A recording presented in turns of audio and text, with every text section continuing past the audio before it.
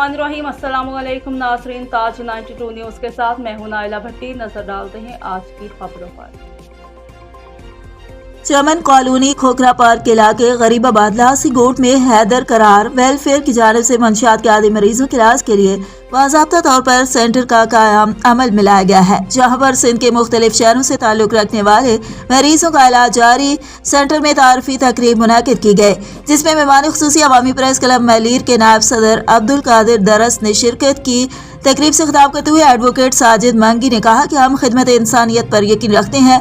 मलीर में मंशियात की वजह से जुर्म में इजाफा हो रहा है। मंशियात से नौजवानों को बचाने के लिए समाजी तंजीम अहम किरदार अदा कर रही है। मलीर के नौजवान बासलाहियत हैं, इनको मौके मिले तो मुल्क का नाम रोशन कर सकते हैं। मलीर के नौजवानों को मंशियात से निजात दिलाने के भरपूर जद्दोजहद कर रहे हैं। समाजी खिदमतगार हाक्स हॉस्पिटल के डायरेक्टर सजाद मंगी ने कहा कि अपनी मदद आपके तहत सेंटर का क़याम अमल में लाया गया था, जिसको 5 माह मुकम्मल हो गए हैं।